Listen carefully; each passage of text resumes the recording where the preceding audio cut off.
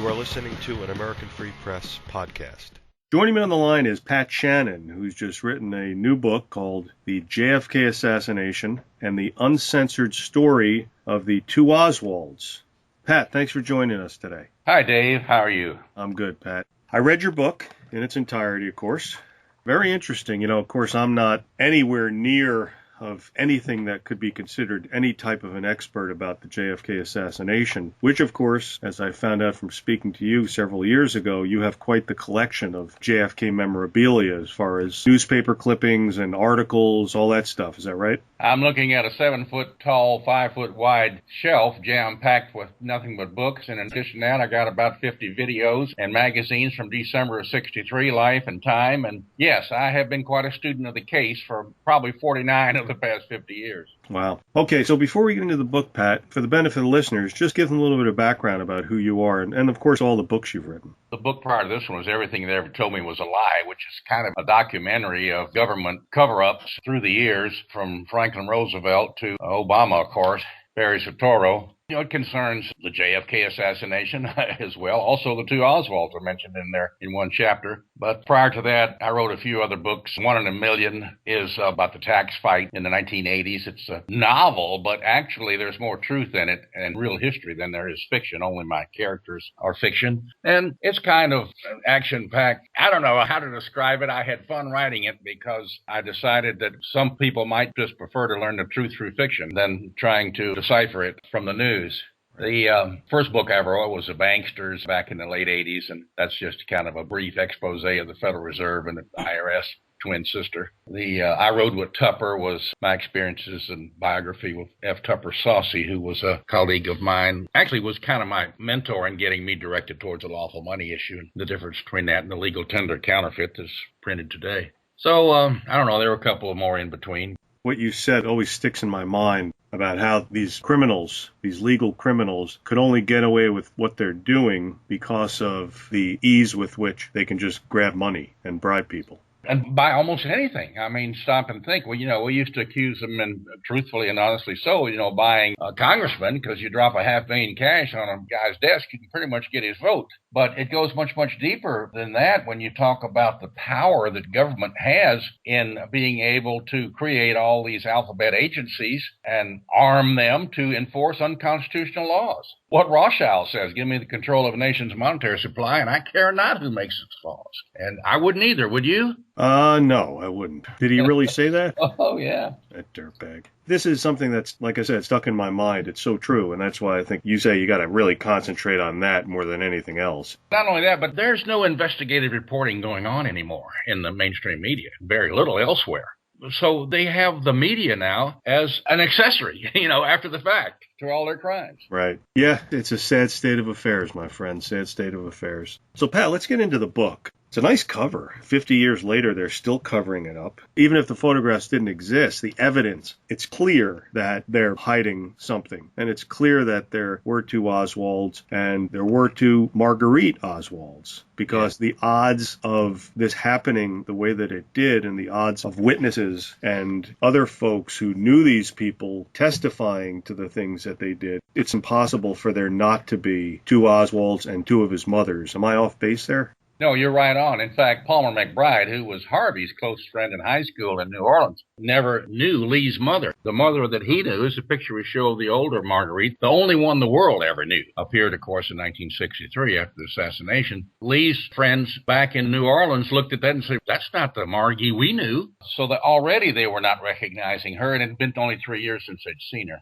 We're in 2013. This happened in 1963. And of course, on November 22nd, which isn't too far away, that's going to be the 50-year anniversary, which is why you brought your book out. And this is what I don't understand. LBJ had the assassination record sealed for 75 years. Right. What are the reasons that someone would seal records for that long? To cover up the truth. It was a palace coup. It was an inside job from the very beginning, far before even they knew what they were going to use these boys for. When they discovered a Russian-speaking teenager who had grown up speaking Russian fluently and found out that he looked so much like the little brother of another CIA agent they already had, that would have been Robert Oswald, they brought them together and they said, holy smokes, have we got to be able to use these people somewhere down the line in the Cold War? They didn't know they were going to use them to kill a president in 1954 and 5 when they were brought together. But in 1956, when Lee drops out of high school and joins the Marines as a 17-year-old, this is what bugged me for 30-odd years until John Armstrong came along with this wonderful research proving there was a Lee and there was a Harvey. But in 56, when Lee joined the Marines and then later went to language school for 6 weeks, and he comes out speaking Russian so fluently that when he goes to Russia in 59 and meets Marina, his future wife, she thinks he's a native.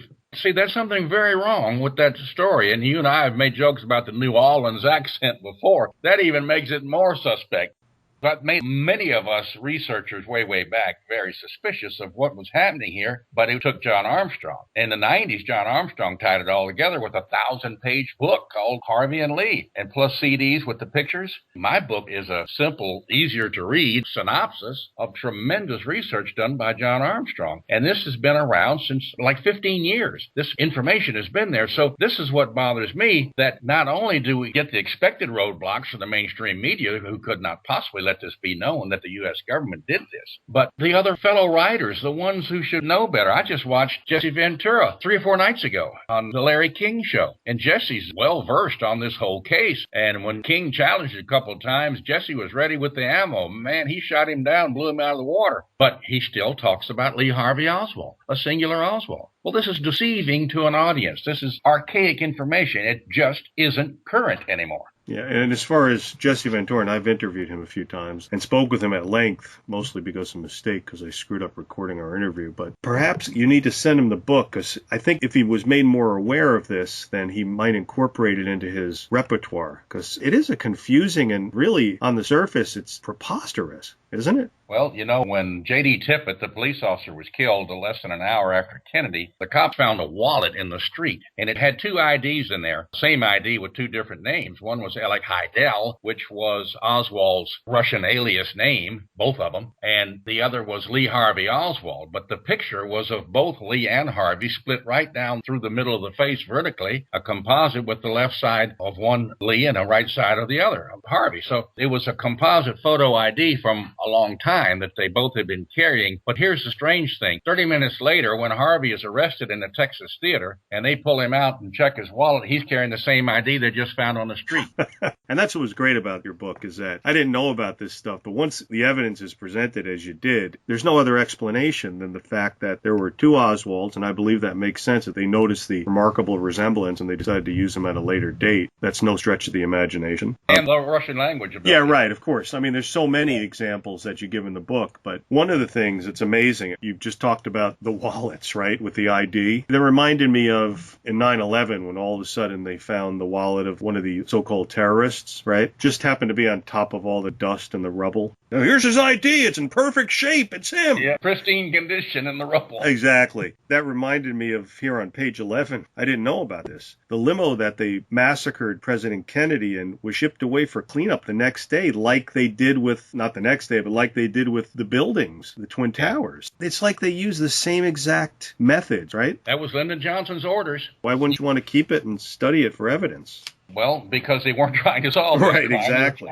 Cover it up. Right, of course, exactly. And of course, we also show the bullet through the windshield in front. Yes, I saw that. Which is certainly the one that caught Kennedy in the throat initially. And the other evidence, bullets all flying around Dealey Plaza that day. We know of at least 9 and maybe more shots that were fired. And, you know, we got marks on the curbs and this sort of stuff. James Tague was standing under the overpass and a bullet hit the concrete and concrete shrapnel hit his left cheek. He's bleeding in the cheek. So there's one more shot. I love the quote I picked up from old Chauncey Holt, who identified himself later as one of the tramps coming off of the train car in a freight car, but he never arrested or charged with anything. But he later said, and of course he was CIA affiliated, and he admits all that, but he said that Ely Plaza looked like a spook convention that day. Right. They were all over the place. This is pretty amazing. On page 24, this is a footnote. When you were talking about in 88, the documentary, the 6-hour documentary, The Men Who Killed Kennedy, this is amazing here. The Men Who Killed Kennedy, History Channel began to air every November for the next 15 years, and that's, I guess, from 88, 15 years to 03. You said this probably had more educational impact upon the American people than anything before or since. Now in the footnote, it says here, in 2003, 3 additional hours were added that proved to be too much for the establishment controllers, and the History Channel stopped airing the investigative report and even stopped selling it. The largest selling DVD in its history. And of course, then you see here, History Channel's biggest adversaries were former LBJ press secretary Bill Moyers. I love that. He comes off like such a straight shooter. And Johnson's widow, Lady Bird. Why would a corporation that has its best-selling video product abandon it completely?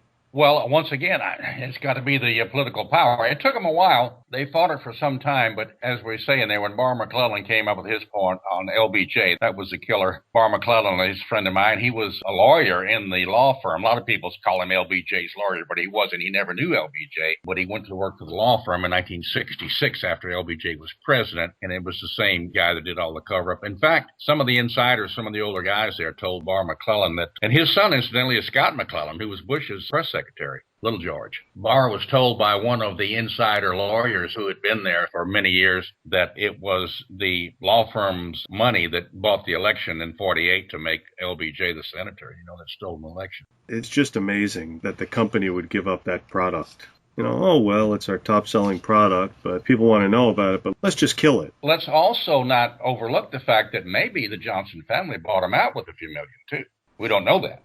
That's something that could have happened, and maybe it would have been more than a few million. Mm-hmm. And this is something I guess we could never find out unless there was some kind of a lawsuit, right? Right. I have the DVDs plus the last 3, the total of 9 hours now on hand. I wonder if they're still for sale, like on the internet or something. Well, actually, come to think of it, I think they're still free on the internet. You better check that. Okay, I will. The Men Who Killed Kennedy. I think I found it last year. Now, I'm looking here on page 32, and that's where you got the pictures of Harvey and Lee. I could tell from these photographs that they're 2 different people. It's very clear. All you have to do is look at the ears, look at the hairline, and of course there's other aspects of their physicality that gives it away. But they do really, if you're not examining them closely, they do really look almost the same, don't they? Is that where the confusion sets in?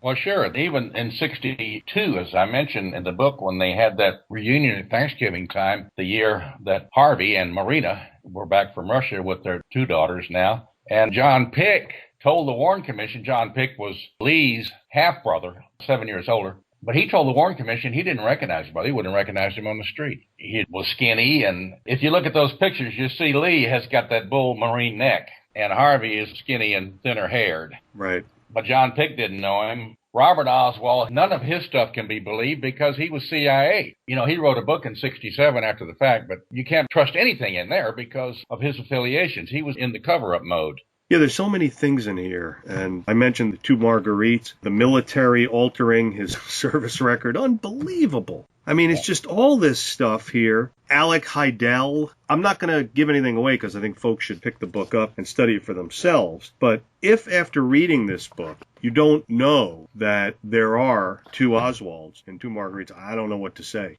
I can't see how once folks read this book, that they won't come away with that same conclusion. The evidence is just incredible. The visa, how quickly he got the visa, the money in his bank account. The big story here, of course, is the Two Oswalds, which proves government participation in this thing long before the fact in creating the Patsy to go to work in the school book depository. But anybody who reads this book will never look at the Kennedy assassination in the same way again. And they're not going to fall for all the baloney that's coming down the pike now in the next 5 weeks. Right, and there's going to be an S-load of it, right? Yeah. I know you watch it, you monitor it, because you want to stay on top of what the enemy is doing, but I don't know how you can, man. No, this is a barrage. I'm just like the one you sent me this morning. The guy, political science professor at the University of Virginia. He's so full of it. Whatever his name was, saying they're proving that there's no such conspiracy that ever went on. And that's just ridiculous. But these people are paid. They are CIA hirelings. Right.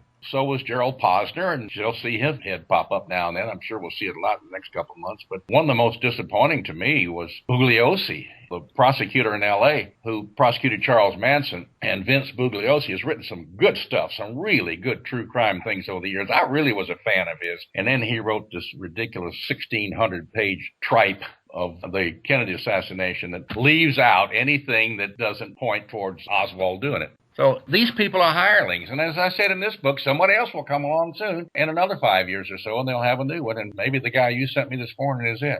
Yeah. No, it seems like they follow this usual pattern leading up to the anniversary or significant anniversaries where they have somebody out and they march them out and they either have a video or they either have a book to prove that it was done by Lee Harvey Oswald. That's it, period. Even though I know somebody, I don't know this other fella directly, but somebody I'm pretty close with. He has a close friend who was in the Marines and who was in boot camp with Oswald. Now, which Oswald would this be, actually? We can't know because they both joined the Marines, but if it was in 56, it would have been Lee. Okay. So he was in with Lee, if that's the time, and he said that the guy couldn't shoot his way out of a paper bag.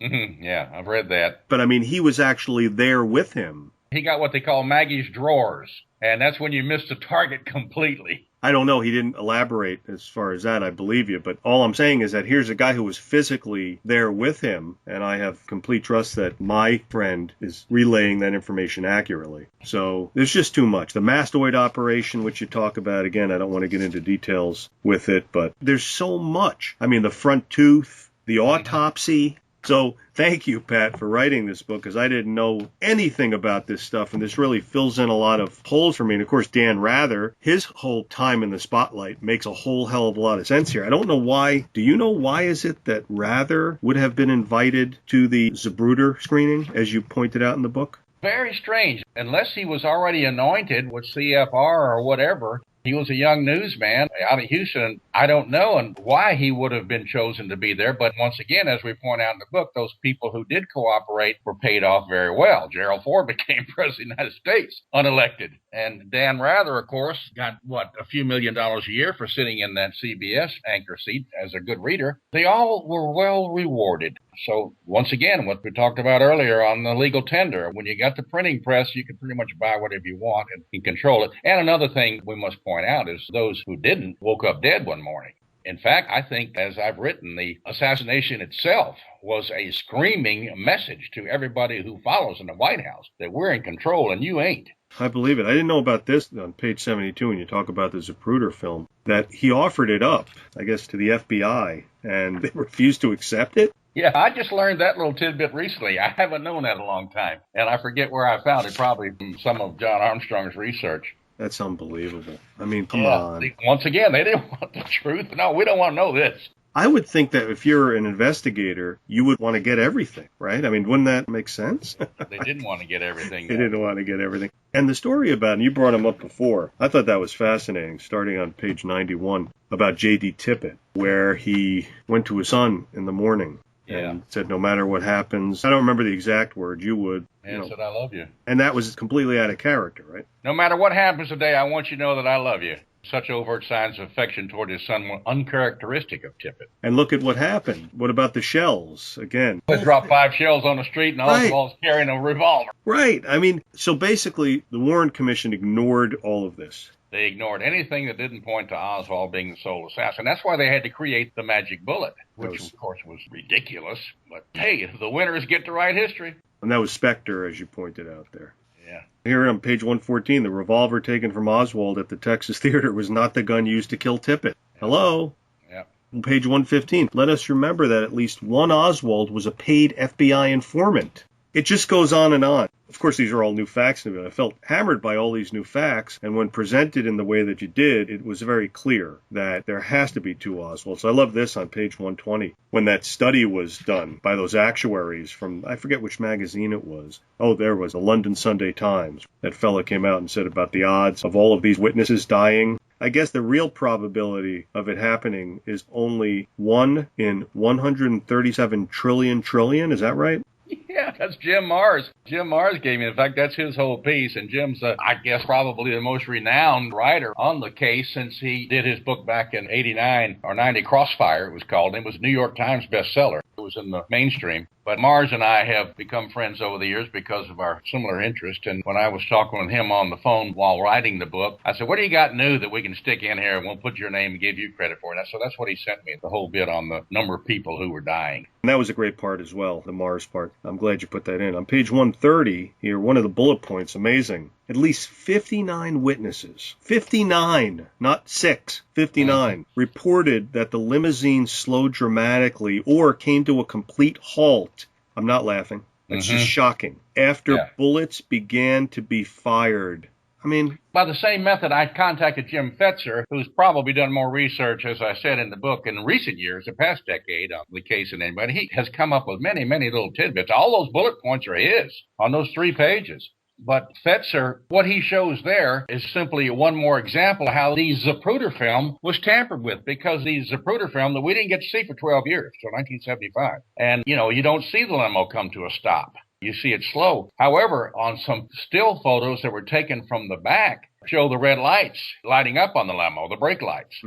Wow. And that's as close as we get. But Zapruder was the one that went public, and these others didn't. And it was the one that was tampered with. So we don't really know what we got on this Zapruder film. We don't know how much has been changed. And Fetzer points that out. But he does point out also a lot of things that are obvious that were changed. Unbelievable. In that article I sent, they said 75% of Americans believe that there was a conspiracy to kill Kennedy. Do you believe that figure? Yes, I would believe that today. I'm surprised it is that high now. But once again, with the television series, The Men Who Killed Kennedy and other stuff over the years and numerous books that have been written about it, I think that it's pretty suspect in the minds of most people. It might even be higher then. No, I would doubt that it's higher because the younger generation is too dumbed down. They just haven't read it or studied it. But I would say people over 50 or 60, it would be 75%. Okay. Here's something very telling, and I think you might have said it, or Victor Thorne might have said it, or somebody else might have said it, or all of you guys said it, about the initial reports of an event. Like, for example, many of the initial reports of the 9/11 event are scrubbed from the records, where reporters said, no, that was a missile hitting the Pentagon, there was no plane, or, the building fell down after they said it, stuff like that. Here, on page 134, you're talking about Dr. Charles A. Crenshaw, who was present in the ER at Parkland, and later wrote a 1992 best-selling paperback called JFK, Conspiracy of Silence. And when Crenshaw died, the New York Times obituary had an uncommon truth to it, saying, and I'm not going to read the whole thing, just the last sentence, it says, the other bullet struck Kennedy in the right temple and exited the back of the head, which the speaker illustrated with his hand. And the speaker was JFK Acting Press Secretary Malcolm Kilduff, indicating on November 22nd, 1963, how the fatal shot was inflicted. They buried that one, huh? Oh, sure, yeah. I remember that well. I watched that live on TV when Kilduff was pointing to his head. The same picture I see here is the one I already had in my mind from watching it in 1963. The book goes on here to point out also the deception in Time and Life magazine, later proving that they were always accessories after the fact, not only in this case, but all of them. Yeah, so it seems like 50 years ago, we may have been closer to the truth in many ways than we are now, as far as having the raw evidence right in front of our face instead of having to reconstruct it, right? Yeah, that's accurate. That's a shame. That's just a shame. Great book, Pat. JFK Assassination and the Uncensored Story of the Two Oswalds. Pick it up if you have at least even a little interest in what happened to John F. Kennedy on November 22nd, 1963, because it still does affect all of us. And this bit of information here is very important to filling in all the parts of the puzzle so you can make the right decision.